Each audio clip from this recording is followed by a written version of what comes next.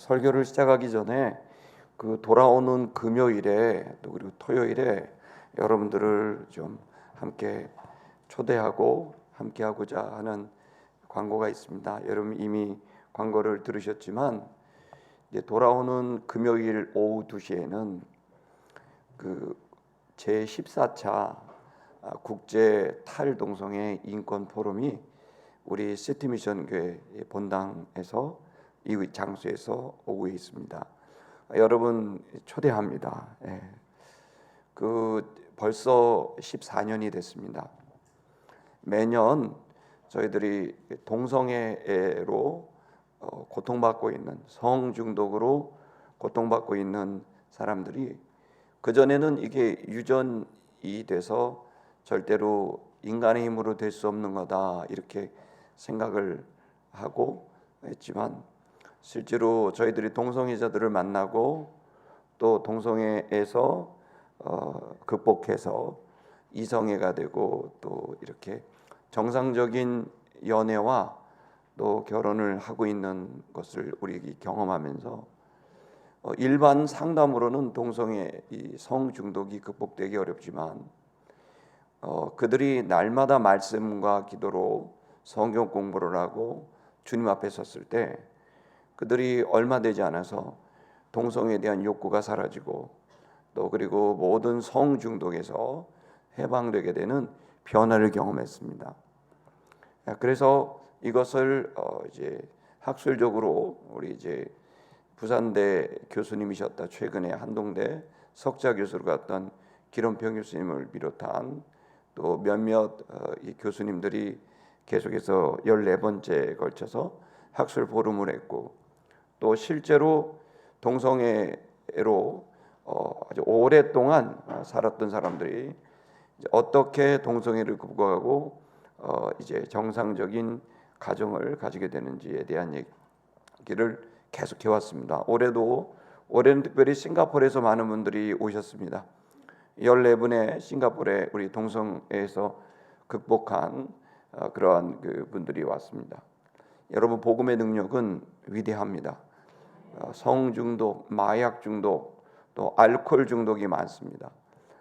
또 그다음에 게임 중독, 이런 도박 중독 이런 거에 빠져 있는 사람들이 여러분 주의 복음으로 극복되는 것을 여러분 증인들을 통해 믿게 되기를 바랍니다. 그러나 안타깝게도 지금 이제 국회에서 계속 진행되는 이제 평등법이라고 하는 거기에는 이 장애인들 또 그다음에 남성 여성 혹은 또 이제 인종 이런 차별을 두면 안 된다라는 것과 똑같이 이 동성애자들도 차별을 두면 안 된다라고 끼워 넣게 됐는데 장애라든지 인종은 극복의 문제가 아니라 그거는 받아들여야 되는 문제입니다. 그러나 정확히 동성애는 유전의 문제도 또 불변의 문제도 아닌 인간의 욕구와 욕망이 만들어낸 그러한 성적 취향입니다. 그래서 우리는 이걸 죄라고 명확하게 말하고 있습니다. 남성으로 태어났다고 해서 죄인이고 여성으로 태어났다고 죄인이고 장애를 가졌다고 죄인이고 이렇게 말하지 않는 이유가 바로 여기에 있습니다. 실제로 이 증인들이 너무 많은데 안타깝게도 대한민국은 이것은 고칠 수 없는 것이다 이렇게 생각하고 이제는 이걸 공교육에서 동성 성행위를 교육한다든지 그리고 동성애자들을 초대해서 동성애에 대한 그러한 이야기를 나누든지 하는 일이 지금 대한민국 교육 현장에 벌어지고 있기 때문에 이런 문제를 우리 교회에서는 특히 성결교회인 저희로서는 동의할 수 없는 것입니다. 그래서 이번 금요일 오후에 실제로 이 학술적인 포럼과 그리고 증인들의 증언들을 통해서 우리가 이 동성애가 복음으로 변화되는 문제고 그들이 결혼을 하고 얼마나 이제 귀한 삶을 살고 있는지를 이제 얘기하는 시간입니다.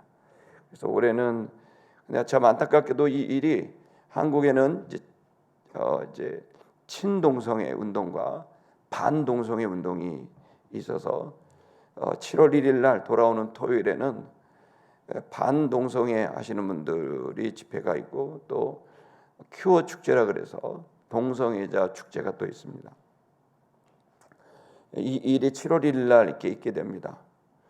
그래서 모든 미디어는 다 거기만 조명을 하고 있고 반동성애도 아니라 이제 친동성애만 집중하고 있는데 여러분 이제 인터넷을 통해서 또 우리 경험을 통해 2018년, 17년에 신촌에서 동성애 축제가 처음으로 있을 때 저희 우리 시티미션 교회가 한 200여 명의 성도들이 길바닥에 누워서 그거를 못하도록 막은 적이 있습니다. 근데 그때에 방송에서 신문에서 전부 저희를 불법 시위자로 얘기했고 동성애자 행진을 합법적인 것으로 했지만 제가 여기가 하나님이 말씀 전하는 강단에서 정확히 여러분에게 말씀드리면 동성애 축제하는 그 신촌 그 현대백화점 앞을 한 달 전에 이미 제가 다 집회 신고를 해서 저희가 합법입니다. 그래서 경찰들한테 그 사용서를 보여주면서 절대로 무대를 설치할 수 없다. 여기는 한 달 전에 서대문구청에서 다 허락을 받은 곳이다. 우리가 여기서 탈동성애 모임을 하기로 했다라고 얘기를 했지만 충격적이게도 대한민국 경찰이 저희를 몰아냈습니다. 그리고 우리가 합법적으로 만들어놨던 현대백화점 앞에 그 공간과 그리고 아웃백 스테이크 앞에 있던 공간을 우리를 몰아내게 되고 그러면서 저희들이 길바닥에 앉게 되면서 저희들을 불법의 장소로 이제 몰아냈습니다. 여러분 그 장소는 서대문 구청이 관할이고 도로만 경찰의 관할인데 이제 경찰들이 저희를 도로로 몰아냈어요. 그 일로 인해서 전도사님들도 몇 분 끌려가기도 하고 됐을 때 그들이 우리를 처벌할 수 없었던 것은 우리들이 합법적으로 집회 신고를 했지만 결과적으로는 신문이나 모든 데서는 다 우리가 불법이라고 얘기를 해서 얼마나 충격을 받았는지 모릅니다. 여러분 우리가 지금 살고 있는 세상은 생각보다 정의롭지 못하고 그리고 진실에 접근하지 못한 게 많습니다. 우리는 14년 동안 이 탈동성애 운동을 해왔고 그들을 구출하는 것이야말로 그들을 행복의 길로 인도하는 거라고 확신하고 있습니다. 그래서 거기에서 나와 갖고 매년 결혼식을 하고 또 그 아이들이 가장 큰 문제는 이제 성을 바꾸는 수술을 하는 겁니다. 이런 거를 하게 되면은 젊을 때는 몰라도 나이가 먹으면은 생리 기간에 엄청난 문제가 생겨서 고통을 받게 됩니다. 하나님이 남성을 만드신 것은 남성이고 여성을 만드신 것은 여성입니다. 남성적인 기질이 있는 여성이 있을 수도 있고 여성적인 기질이 있는 남성이 있을 수도 있지만 하나님께서 우리에게 정확한 성을 주셨고 그것을 감사함으로 받아서 우리의 삶을 복되게 살면 되는 것입니다. 그러나 이 사회가 어떻게 잘못됐는지 이제 그 성을 바꾸는 것을 하고 이제는 여러분 서대문구청에서 처음으로 남자 성기를 가졌지만 내가 여성이라고 말하면 여성 주민등록증을 발급을 했습니다. 여러분 이 일이 제가 몇 차례 몇 년 동안 얘기한 것처럼 이제 일반화될 겁니다. 화장실도 남성 화장실, 여성 화장실, 아무나 들어가는 화장실이 될 거고 목욕탕도 못 갑니다. 이제 이 일이 대한민국에 벌어졌습니다. 성도 여러분, 여러분이 예수 믿고 천국 가고 또 여러분의 일상을 사는 것은 중요한 일이지만 우리는 이 시대의 대한민국에 사명을 갖고 있다는 것을 생각해야 됩니다. 저는 그래서 여러분에게 도전합니다. 여러분이 나의 문제를 넘어서 우리의 문제로 인식하는 높은 의식을 갖기를 축복합니다. 우리 시티미션 교회가 시티미션 교회의 성장과 부흥만을 위한 교회가 아니라 세상에 비치고 소금이고 한국교회에 아주 값어치 있는 역할을 하는 교회로 서야 될 줄로 믿습니다. 그런 의미에서 돌아오는 금요일 오후와 토요일 오전에 토요일 날은 종로 보신각 종합회를 집회 허가를 냈습니다. 그래서 좋은 그 음악가들이 함께하고 또 그 자리에 전 세계의 동성애를 극복한 형제 자매들이 와서 함께 집회를 하게 되는데 여러분 초대합니다. 매년 할 때마다 안타까운 거는 점점 교회 수가 줄어듭니다. 올해는 2교회만 합니다. 우리 교회와 갈보리 집회. 여러분 우리가 좀 더 힘을 모으고 애를 써서 여러분 우리의 이 운동이 한국 사회에 복음 운동으로 선교 운동으로 자리 잡게 되기를 기도해 주시고 응원을 부탁드리겠습니다. 또 하나 광고는 그동안 우리 목회자들이 애를 많이 썼습니다. 직원들도 휴일도 없이 늘 애를 쓰는 바람에 그래서 이 공사가 잘 마무리가 된 것 같아서 저희가 내일 모레 글피 월화수 직원들하고 목회자들이 자녀들하고 20명 정도가 수양회를 갔다 오겠습니다. 뭐 세미나 가는 건 아니고요. 쉬러 갑니다. 그래서 한 분이 거제도에 좋은 숙소를 20명 들어갈 수 있는 데를 3일 동안 렌트를 해줘서 돈이 많으면 비행기 타고 가면 좋은데 비행기 타고는 안 가고 차량을 이용해서 갔다 오려고 합니다. 그래서 2박 3일 동안에 월요일 날 새벽 예배 끝나고 출발하고 화요일 날 수요일 날 새벽 예배는 박종인 선교사님이라고 박은서 청년의 아버님이 오셔서 새벽마다 설교해 주시고 수요일 오전 여성 예배 그다음에 저녁 예배도 선교사님이 말씀을 전해 주시겠습니다. 그러니 여러분 목회자들하고 직원이 없다고 해서 횡하게 있지 마시고 더 열심히 참여하시고 은혜 받으시고 기도해 주시기를 부탁합니다. 저희는 잘 쉬고 놀러 갔다 오겠습니다. 사도행전 말씀을 보겠습니다. 성령이 임하게 되면은 예수님처럼 십자가의 길을 선택합니다. 그게 성령 받은 증거입니다. 자신의 성공과 부귀 영화를 위해서 가든 사람이 성령의 충만함을 받으면 세례를 받게 되면 그때부터는 자신을 위해 사는 게 아니라 하나님을 위해 살고 이웃을 위해 살게 되는 십자가를 선택하는 가치관의 변화가 생기게 됩니다. 명목상 그리스도인이 온전한 그리스도인으로 바뀌는 일입니다. 이게 한 사람 한 사람의 심령 속에 그런 바람이 불고 그 바람이 가족들에게 또 이웃들에게 교인들에게 그 바람이 불게 되는 겁니다. 그리고 그 바람이 계속해서 더 불어서 그들의 일터와 또 학교와 가정에 불게 되면 영향력을 갖게 되는데 한 도시가 바뀌게 되고 그리고 그 국가가 바뀌게 되는 바람까지 오게 되거든요. 여러분이 일이 사도행전에 나타난 기록입니다. 저는 여러분들이 이 변화의 바람에 여러분들이 그 일의 당사자가 되시기를 주의 이름으로 축복합니다. 이 변화가 되면은 모든 사람이 좋아할 것 같지만 좋아하고 기뻐하고 칭찬하는 사람도 있지만 참 놀랍게도 교회 내부에서 외부에서 달가워하지 않고 자기를 드러내고 싶고 또 그리고 어떻게든 폄하하고 싶은 사람들이 있게 됩니다. 그래서 반드시 교회는 건강한 교회는 한 가지만 있지 않아요. 두 가지가 다 있어요. 칭찬과 핍박이 겸하여 옵니다. 혼재되죠. 그래서 사람들은 그 변화를 보면서 참 놀랐구나. 갈릴리 예수가 대단한 존재인가 보다.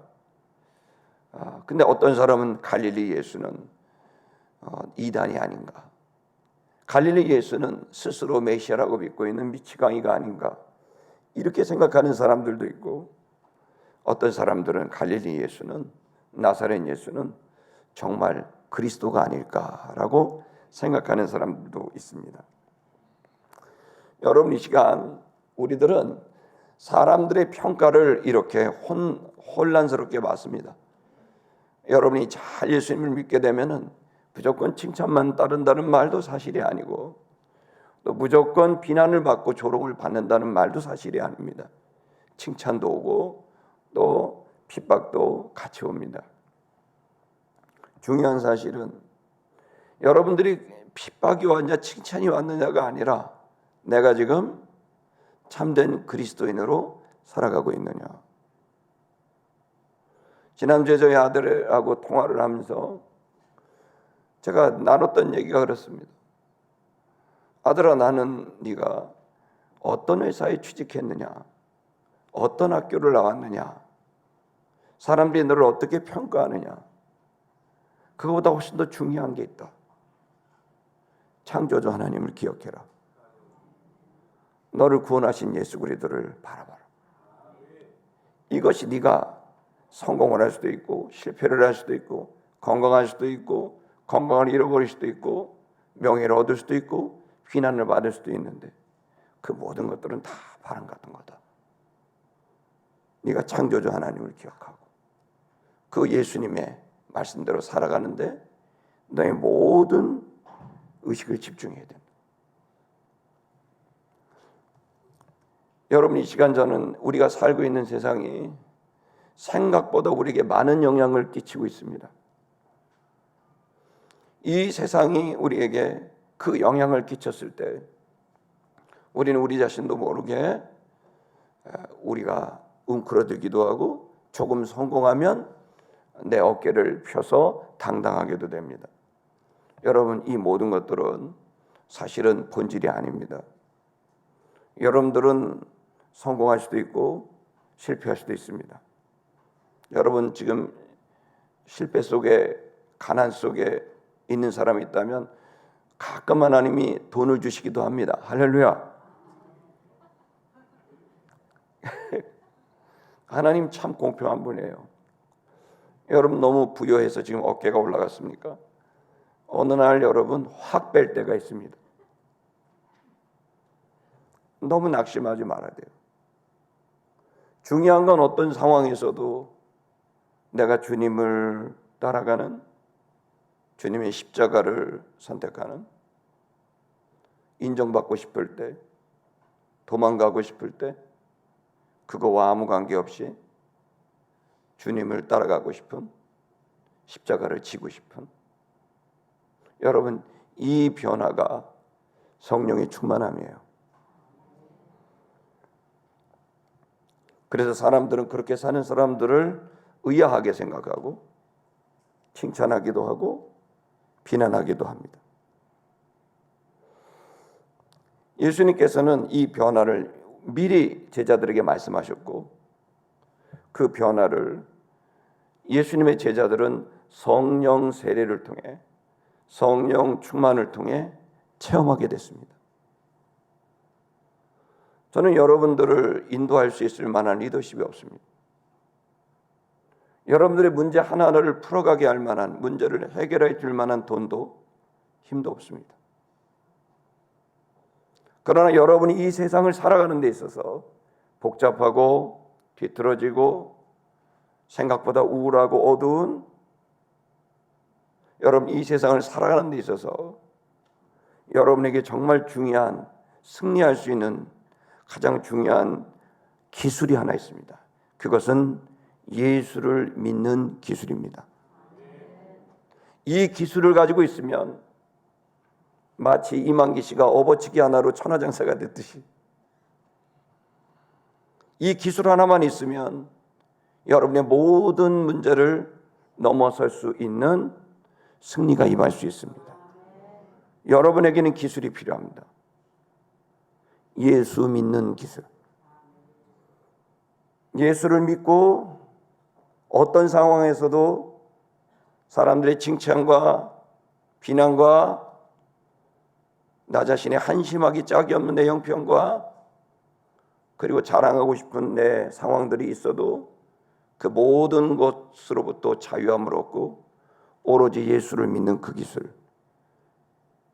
그 예수님께 집중했을 때 여러분 우리의 삶은 십자가를 지게 되는 빛나는 인생이 될 수 있습니다. 진정한 부흥은 지난주에 양순서 목사님이 말한 것처럼 진정한 부흥은 사람의 숫자가 늘어나는 게 아닙니다. 진정한 부흥은 진짜 내가 바뀌는 겁니다. 정확히 말하면 예수 그리스도를 닮는 것입니다. 더 정확히 말하면 예수 그리스도처럼 다른 사람의 모든 죄와 허물을 받고 꾹 참으며 내 십자가의 길을 걷는 거예요. 나를 도와줘도, 나를 도와주지 않아도, 나를 비난해도, 나를 칭찬해도 내게 맡겨진 사람들, 그들을 뭐라고 하지 않고 탓하지 않고 그들의 모든 공격과 비난과 칭찬 모든 것을 다 받고 내게 주어진 십자가의 길을 걸어가는 거예요. 여러분, 그렇게 갈 수 있는 힘이 성령 충만에 있는 거예요.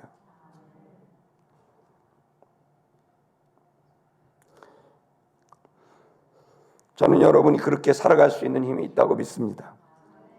요한을 통해서 주님께서 우리에게 주셨던 말씀은 영접하는 자, 곧 그 아들의 이름을 믿는 자들에게는 하나님의 자녀가 되는 권세를 주셨다 그랬습니다.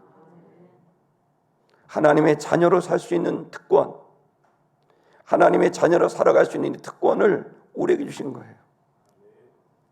하나님의 자녀로 살 수 있는 특권이 뭡니까? 그건 내 주변의 사람들, 내게 허락한 사람들의 모든 짐을 내가 예수님이 되어서 내 몸에 받는 일이에요.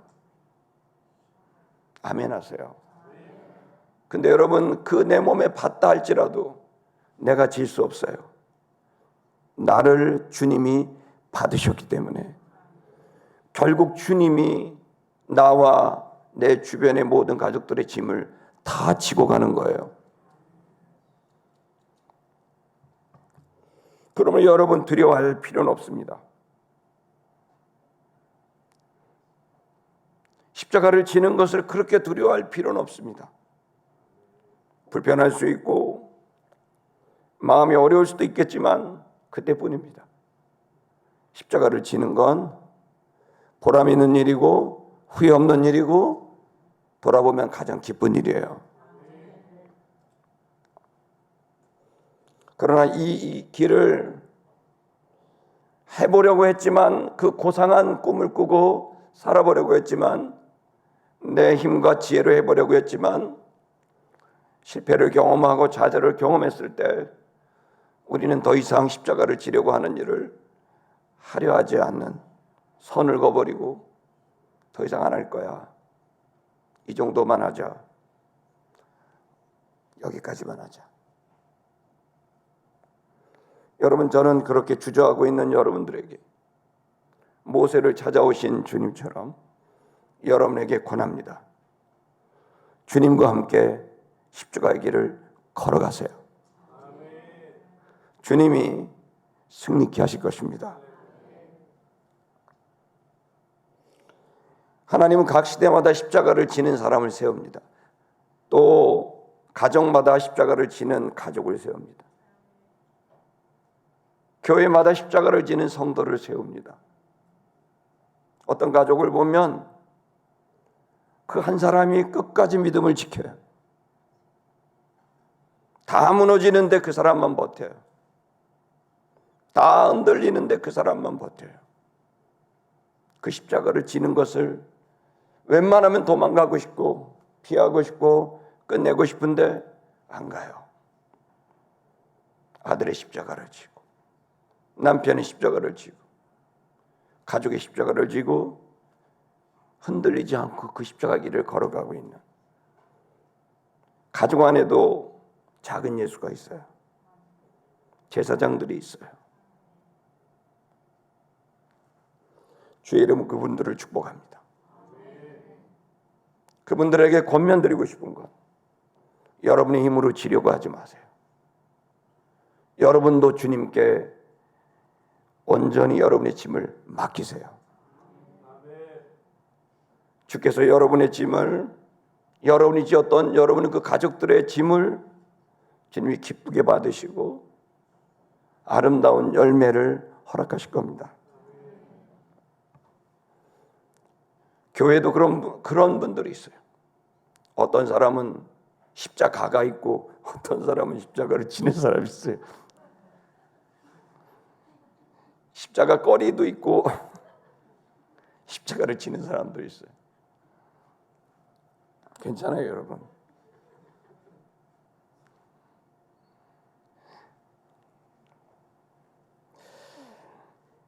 여러분, 이 시간 저는 여러분에게 내가 십자가가 되는 게 좋겠어요? 내가 십자가를 지는 사람이 되는 게 좋겠어요?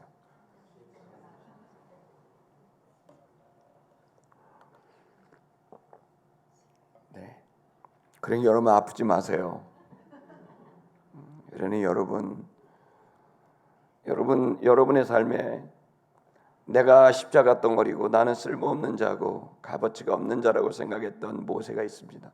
그는 80살 때 그 생각을 하며 살았습니다. 한때는 꿈이 있었고 이집트 왕자로서 최고의 꿈을 꿨지만 80이 된 그는 나는 그냥 형편없는 자다라고 생각하고 있었습니다. 여러분, 그 모세를 들어서서 그의 남은 40년을 너무 놀랍게 사용하셔서 모세와 같은 선지자를 보낼 것이라고 하는 놀라운 하나님의 말씀을 끌어내고 그를 통하여 그가 예표한 그리스도 예수가 탄생하게 된 것을 믿기를 축복합니다. 그래서 우리가 십자가를 지는 건 되게 놀라운 일이에요. 그냥 고생하는 게 아니에요. 그냥 내가 어떤 책임감으로 하는 게 아니에요. 그건 곧 내가 지는 십자가는 예수 그리스도 그분을 창조주 하나님을 이 세상에 드러내는 일이고 우리의 역사 속에 나타내는 일이에요. 여러분, 예수님은 어떻게 세상 사람들에게 보여질까요? 어떻게 하나님은 세상 사람들에게 들려질까요? 오직 한 가지입니다. 여러분들을 통해 드러납니다. 예수님이 하고 싶은 말을 하세요. 여러분이 하고 싶은 말을 하는 게 아니라 여러분이 하고 싶은 말을 하면 여러분이 드러나는 게 맞아요. 그러나 잘 생각해 보세요. 그렇게 사는 게 맞는지. 그래서 사람들이 다 떠난 거예요. 여러분, 예수님이 하고 싶은 말을 하셔야 돼요. 아멘. 그게 왜 중요할까요? 그래야 예수님이 드러나니까요. 여러분이 하고 싶은 일을 하지 마세요. 예수님이 하시고 싶은 일을 하세요. 그래야 예수님이 세상에 드러나십니다. 여러분, 이건 굉장히 쉽지 않은 일처럼 보입니다. 그런데 여러분, 성령 충만하게 됐을 때 이 일은 기쁜 일이 됩니다. 따라할까요? 신바람 나게 십자가를 지자. 십자가는 인상 쓰며 지는 게 아니에요. 신바람 나게 할렐루야. 기쁜 마음으로 지는 것. 오늘은 6.25입니다. 전 6.25의 어르신들이 참전용사들을 가끔 봅니다. 월남 참전용사들은 월남 참전이라고 써 있고 6.25 참전은 6.25 참전이라고 써 있습니다. 여러분, 오늘 6.25입니다. 어떤 한 사람의 망상으로 인해서 300만 명이 전쟁으로 죽었던 전쟁, 동족 상잔의 전쟁이 일어났던 날입니다. 그러나 그것을 막아내기 위해 여러분, 나라를 위해 희생했던 사람들이 있음을 믿으시길 축복합니다. 전 그분들이 전부 억지로 끌려갔다고 생각 안 합니다. 어떤 사람들에게는 너무나 기쁜 일이고 당연한 일이었을지 모릅니다. 현대인들에게는 어울리지 않는 얘기입니다. 그러나 저는 예전에 기쁜 마음으로 십자가와 희생을 담당했던 사람들을 본 적이 있습니다. 사람들의 부담과 사람들의 짐을 기쁜 마음으로 지었던 우리들의 작은 어머니들, 아버지들이 여러분 기억나십니까? 선생님들이 기억납니까? 저는 고등학교 때 고1 때만 해도 영어를 못 읽었습니다. 그때 송다령 선생님이라는 영어 선생님이 있었는데 저를 보시든지 왜 그런지 모르는데 저를 보시고 하루에 28개의 단어를 아침에 써주세요. 종례 시간에 외우라는 거예요. 중간에 농구도 해야 되고 축구도 해야 되고 밥도 먹어야 되는데 종례할 때 그 시험을 보는데 틀릴 때마다 한 대씩 맞았어요. 졸업할 때 송다령 선생님한테 2학년 때 담임 선생님인데 선생님 뭐 때문에 저한테 그러셨어요? 그랬더니 선생님 뭐라 했는 줄 아세요? 그냥 네가 눈에 띄었어.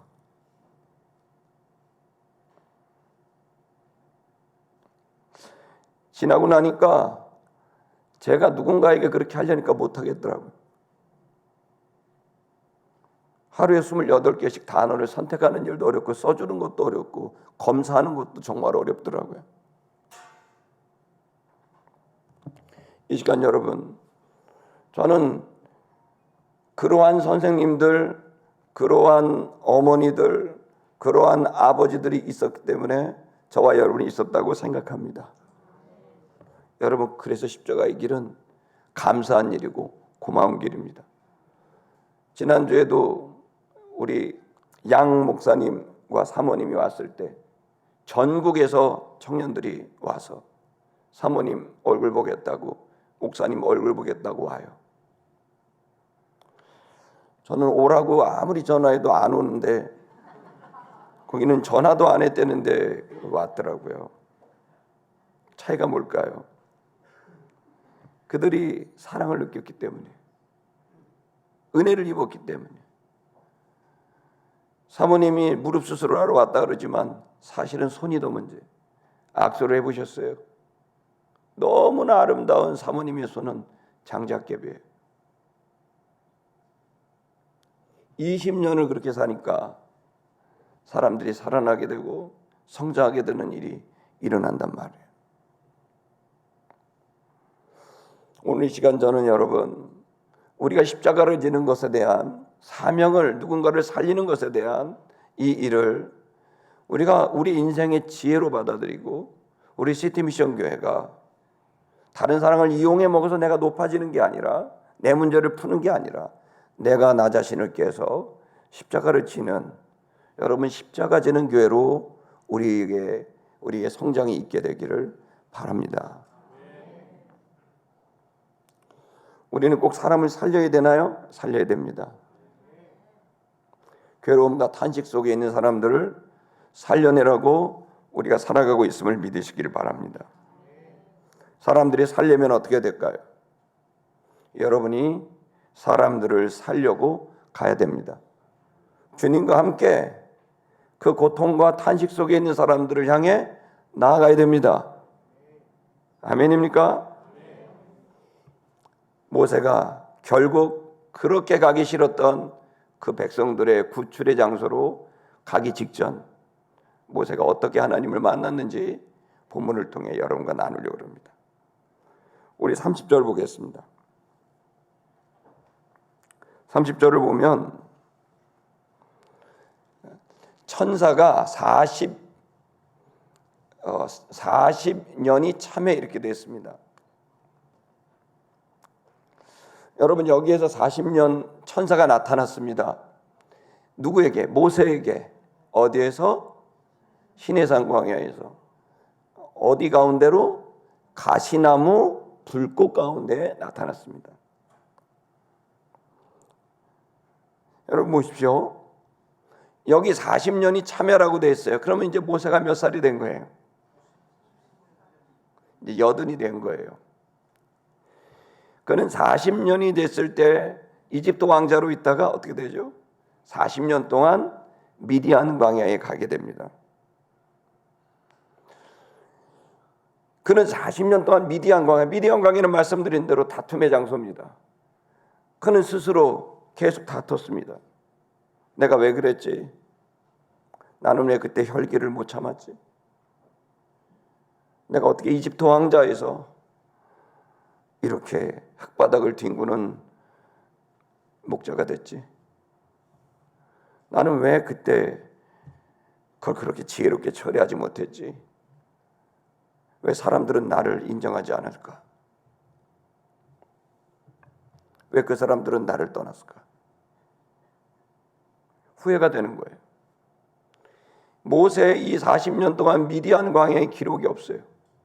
한마디로 말하면 침묵이에요.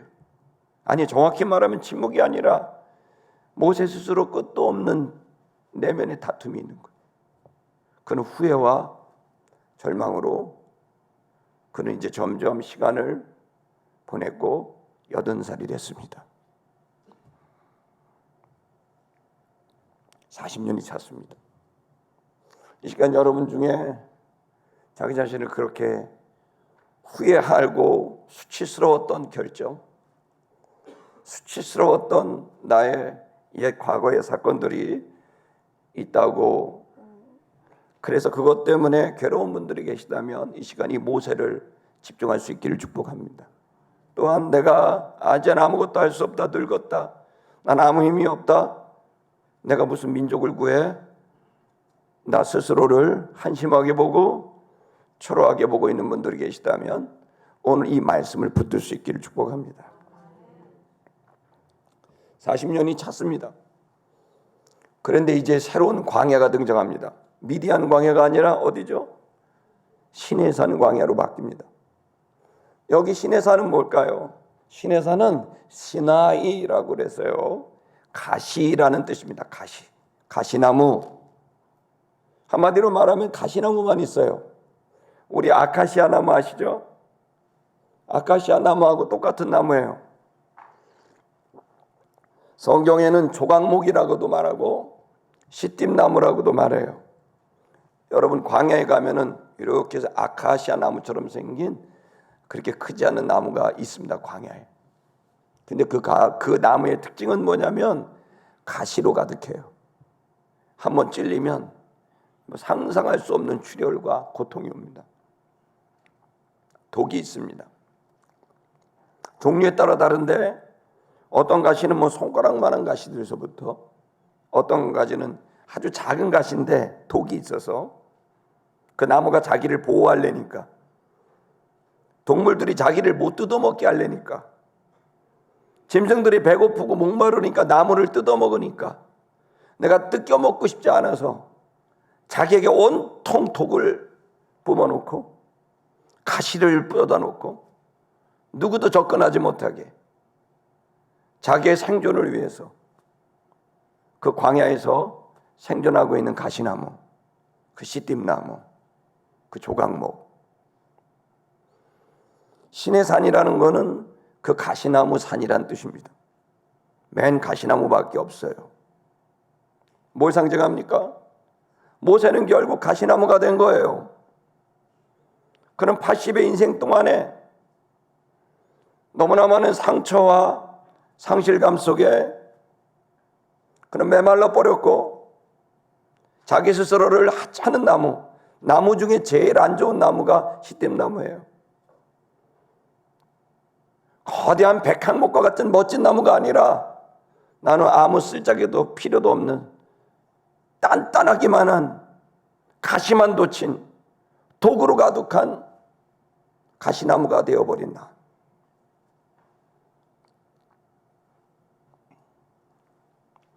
바로 그 광야에서 모세는 새로운 삶을 시작합니다. 성도 여러분, 이 시간 우리들이 이 가시나무가 돼버린, 시띠나무가 돼버린 이것이 겉으로 볼 때는 표면적으로는 문제가 많아 보이지만 여러분 이거 아셔야 됩니다. 가시나무가, 이 시띠나무가 나중에 어떻게 돼요? 법궤를 만드는 나무가 됩니다. 하나님은 멋있는 백향목과 같은 멋진 나무로 법궤를 만들려고 하지 않았어요. 법궤는 뭡니까? 하나님의 말씀과 만나와 하나님의 권능이 담긴 거룩하기 짝이 없는 가장 최고의 거룩함을 가진 이 법궤, 언약궤를 뭘로 만들어라? 이 시딤나무로 만들어라.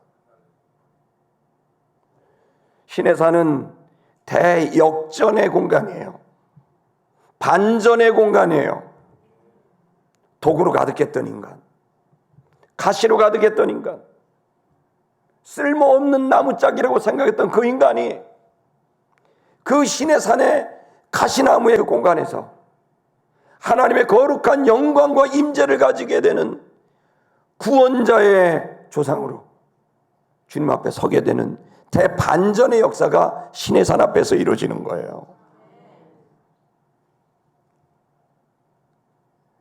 여러분, 살아있다는 것은 아직 기회가 있다는 거예요.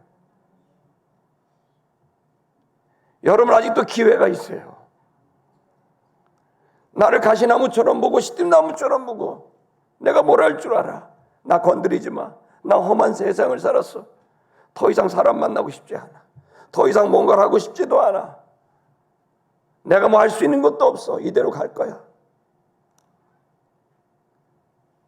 누구 하나도 가까이 올 수 없이 철저히 나를 단단하게 나를 위해서 하고 누구도 접근하지 못하게 그 가시를 갖고 가시를 또 숨기고 살아가고 있는 여러분, 저는 이 시간 여러분에게 도전합니다. 그 80 먹은 가시나무였던 모세가 하나님의 임재를 끌어가고 민족을 구원하는 위대한 삶을 살게 됐는데요. 저는 여러분에게, 저에게 축복합니다. 여러분의 남은 생애가 누군가를 구원하는 생애로 변화되기를 축복합니다.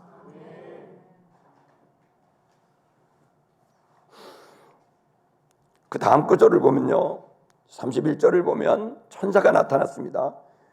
그때 모세가 이 광경을 봤습니다. 기이 여겼다. 놀랬습니다. 그래서 모세가 어떻게 해요? 알아보려고 가까이 다가갔습니다. 다가갔더니 갑자기 소리가 들린 거예요. 여러분, 이 시간 저는 여러분에게 첫 번째 도전합니다. 여러분, 지금 이 우리 서부교회와 신촌 아름다운 교회가 아비들과 자녀들이 연합을 하고 이렇게 문제가 없이 이렇게 아름답게 계속 사역을 해나가고 있는 이 사실은 사람들에게는 회작거리입니다.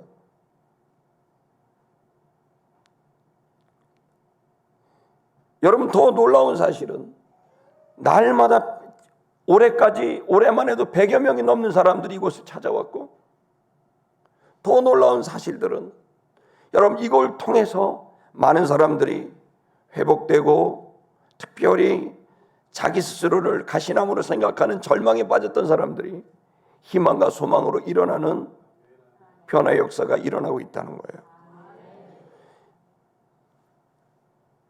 분명히 망해서 불붙어서 반드시 망해야 되는데 안 망하고 있고, 할렐루야.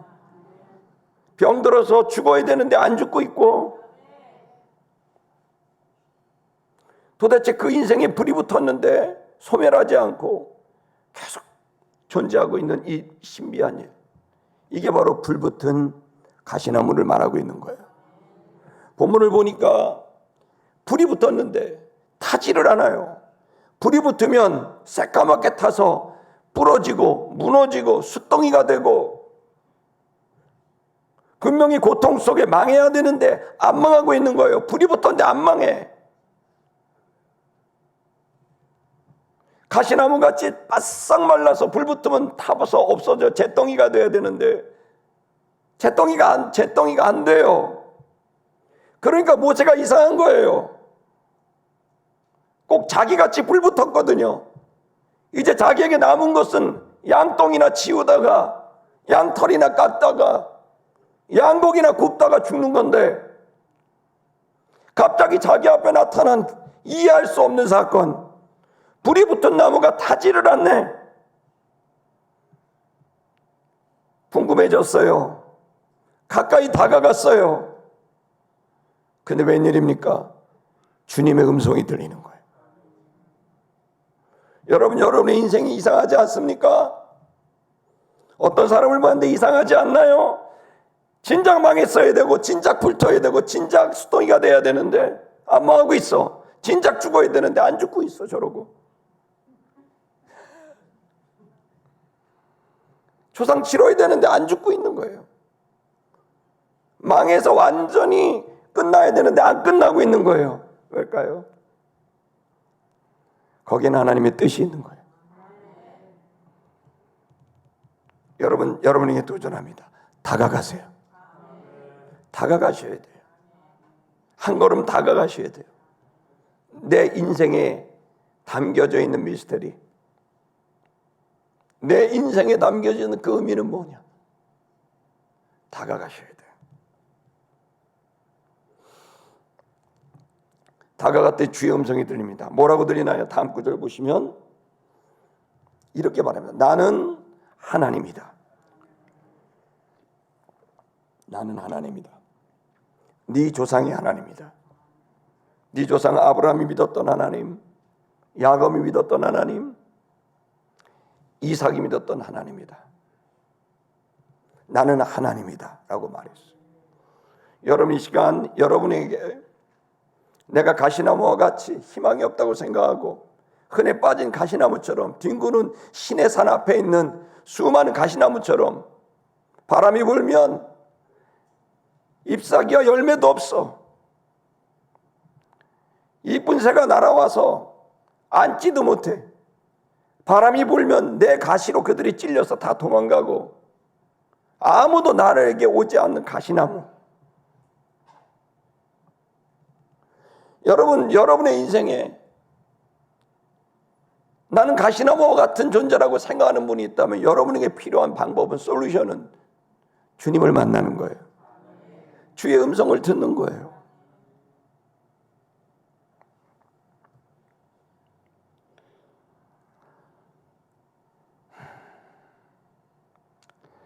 모세는 거기에서 너무 놀랐습니다. 무서웠습니다. 음성이 들려서 놀랐습니다. 80살에 처음으로 하나님의 음성을 들어요. 여러분, 아직도 음성 못 들어 주님을 못 만난 분이 있다면 희망을 가지세요. 모세는 80에 처음 하나님의 음성을 들었답니다. 두 번째, 이 모세가 다가갔고 음성을 들은 다음에 그가 했던 일은 뭘까요? 그 다음 구절 보실까요? 그 다음 구절 보면 주께서 모세에게 말했습니다. 네 신발을 벗어라. 네 발에서 신을 벗어라. 발에서 신을 떼내라. 신을 벗어라, 이 말은요, 떼내란 뜻이에요. 오프. 연결되지 않게 만들어라. 왜냐하면 너 있는 곳은 거룩한 땅이기 때문이다라고 얘기했습니다. 여러분, 이 시간 우리가 하나님을 만나려면은 해야 될 것은 신발을 벗어야 돼요. 신발을 벗는다는 말이 뭘까요? 그것은 샌들을 벗는 것인데 광야에서는 샌들이 없으면 다닐 수가 없어요. 너무나 돌덩이가 날카롭고 너무나 가시가 많고 나무가지가 아니라 가시인 거예요. 그러니까 밟는 모든 것마다 다리가 상할 수밖에 없어요. 그렇기 때문에 그 고통을 막고, 그리고 발을 보호하고 활동하려고, 성과를 내려고 자기가 만들어 놓은 게 뭐예요? 신발이에요. 여기서 신발을 벗으라는 얘기 뭡니까? 몇 가지 의미가 있어요. 첫 번째는 하나님이 거룩하기 때문에 네가 그 하나님 앞에 더러운 재료가 안 되니까 신발을 벗고 서라, 그런 의미도 있겠고, 하나님에 대한 존경과 충성에 대한 의미로 신발을 벗는 것도 있겠습니다. 그러나 이 본문에서 얘기하고 있는 것은 모세가 아직도 갖고 있는 자신의 생각, 여전히 가지고 있는 80년의 시간, 40년의 시간이 있었지만 여전히 자기가 갖고 있는 자기의 방식, 자기의 의견, 자기의 생각을 벗으라는 거예요. 여러분, 하나님을 만날 때는, 그 운명적인 만남을 할 때는 내가 나를 포장할 이유가 하나도 없어요. 신발을 벗고 맨발로 있는 그대로 아프면 아프다고, 목마르면 목마르다고, 내가 한심하면 나 안심해요, 하나님. 내가 희망이 없으면 하나님, 나 희망이 없는 사람이에요. 하나님, 사람이 없으면 다 하나님 나 다 떠났어요. 하나님, 나는 그냥 가시나무예요. 신발을 벗고 있는 그대로 말해야 돼요.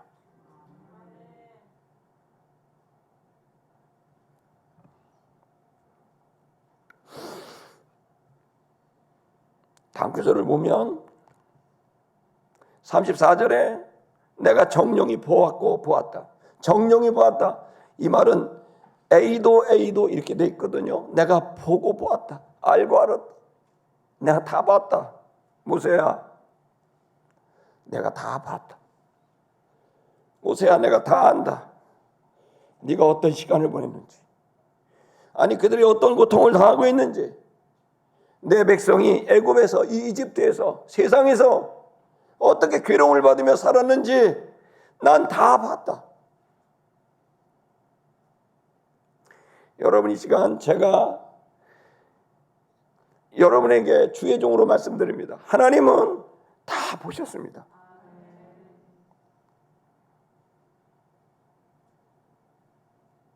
여러분이 어떻게 살았는지, 죄에 대한 문제만 얘기하는 게 아닙니다. 여러분이 어떻게 그 시간을 버텼는지, 얼마나 억울하고 힘들었는지, 그러자 하나님 말씀합니다. 계속 말합니다. 내가 정령이 보았고, 그리고 내가 너의 신음소리를 들었다. 다음 구절 보면 너의 신음소리를 들었다. 탄식하는 소리를 들었다. 그래서 내가 저희를 구원하려고 내려왔다. 구원하려고 내려왔다는 거예요. 성도 여러분, 주님은 듣기만 하시고 보기만 하는 분이 아닙니다. 구원하려고 내려오시는 분입니다. 주님은 역사의 순간순간마다, 하나님의 백성들이 고통받는 그 순간순간마다 외면하지 않아요. 구원하려고 내려오셔요.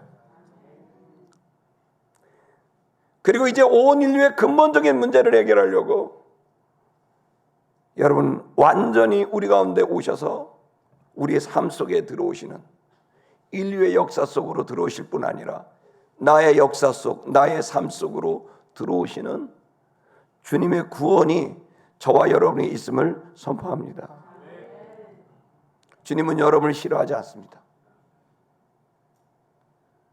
설사 여러분이 죄 가운데 있다 할지라도 안타까워하시지만 여러분을 근본적으로 싫어하지 않습니다. 저와 여러분이 회개하여 주님께 쓰임받기를 원하고 있습니다.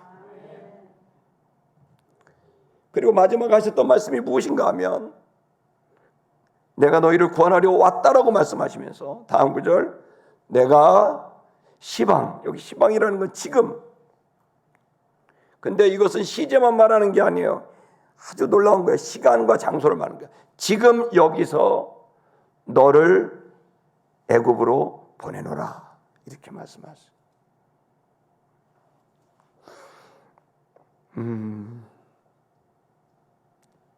여러분, 지금 우리는 애굽으로 내려가라는 거, 구원하라는 거, 여러분 결론을 알고 있습니다. 모세가 여기서 순종하나요? 순종하지 않습니다. 못 내려갑니다. 왠 줄 아세요? 사람들이 내 말을 믿지 않을 겁니다. 나를 따르지 않을 겁니다. 이집트의 바로도 백성도 나를 따르지 않을 겁니다. 모세가 무슨 생각을 갖고 있는 거예요? 내가 가시나무라는 생각을 갖고 있는 거예요. 여러분, 실제로 저도 가시가 있습니다. 오늘 예배 직전까지도 2부와 1부 사이에서도 막 가시들이 나옵니다. 여러분, 저도 그렇게 날마다 매 순간마다 하나님께 씨름하고 투쟁하며 신앙생활을 하듯이 여러분도 그렇게 하리라고 생각합니다. 그럼 나도 모르게 내 안에 가시들이 있고, 그 가시가 누군가를 찌르기도 하고 나를 찌르기도 합니다. 우리는 경험해 봤습니다. 내가 얼마나 내 안에 가시가 딱딱하게 메말라서 만들어졌는지. 나 때문에 아내가 울고, 나 때문에 남편이 좌절을 하고, 나 때문에 아이가 뒹굴뒹굴 구르고, 나 때문에 아버지와 어머니가 상처를 받고, 난 그러려 그런 게 아닌데 내가 가시가 그렇게 생겨버리게 된 거예요. 독이 가득해요. 날카로워요.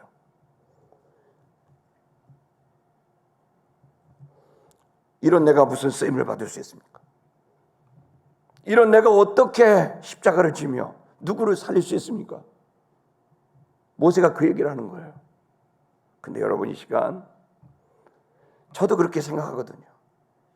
이 시간 우리가 생각해야 될 가장 중요한 일은 바로 이 십자가를 지기로 결정하는 일이고, 그 결정하는 일에 있어서 주님의 복음을 붙들어야 되는 일입니다. 무슨 얘기입니까? 이사야 53장을 한번 읽어볼까요? 이사야 53장 5절입니다. 다 같이 읽어볼게요. 시작. 그가 찔림은 우리의 허물을, 그가 상함은 우리의 죄악을 때문이라. 그가 징계를 받음으로 우리가 평화를 누리고, 그가 채찍에 맞음으로 우리는 나음을 받았도다. 아멘. 가시가 되어져 버린 내 인격, 독으로 가득한 내 인격이 어떻게 쓰임받을 수 있어요? 그것과 예수님이 십자가에 왜 굳이 죽으실 때 가시를 찌르시고 죽으셨는지, 그는 왜 찔림을 받아야 되는지, 왜 시띠나무로 면류관을 만드시고 그 시띠나무를 머리에 박으시고 운명하셔야 되는지. 여러분, 가시밖에 없는 저와 여러분, 험악한 삶을 사신 여러분, 여러분과 저가 내가 원치 않아도 가시가 생겨버렸는데 내가 쓰임받을 수 있는 유일한 길은 예수님께 박히는 일이에요.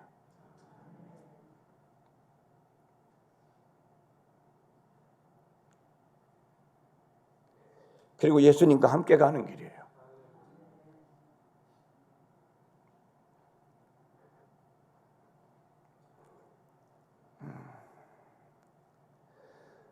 아니, 예수님이 여러분을 품고 있어요.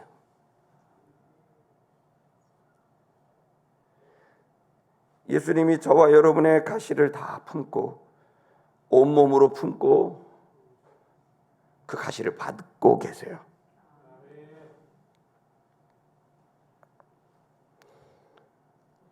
여러분, 그렇다면 주님과 함께 십자가의 길을 갈 수 있어요.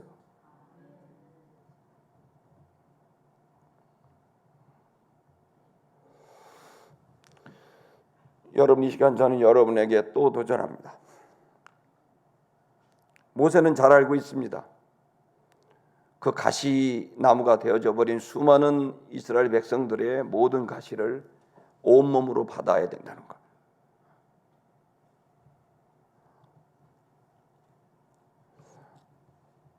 여러분, 십자가를 지는 건 쉬운 건 아닙니다. 여러분이 가정에서 가족들의 십자가를 그냥 받기로 결정하시면 안 될까요? 다 욕해라. 아빠한테 다 말해. 여보, 당신이 아픈 거 나한테 다 얘기해. 내가 다 받을게.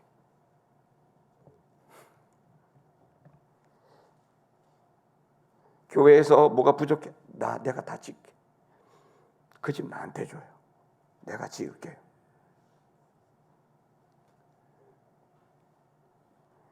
여러분, 이 일은 주님이 그들이 나한테 그 짐이 가시가 돼서 들어와도 내 가시를 또 예수님께 박으니까 결국에는 예수님께 다 박히는 거예요. 그리고 그냥 감사하는 거예요. 나의 밀실에서, 나의 골방에서 여러분도 그러하듯이 저도 무릎을 꿇고 내 속에 일어나는 이 가시들을, 불신들을, 절망을 주님께 다 말해 고백할 때 주님 우리를 받아주시고 괜찮아, 네 모든 고통을 내가 다 받기로 결정했어. 여러분, 이 시대는 위대한 영웅이 탄생해 됐으면 좋겠는데 그 영웅이 성공적인 어떤 위대한 기술과 학술과 그리고 생산과 유통의 혁신과 성과가 아닌 십자가를 지는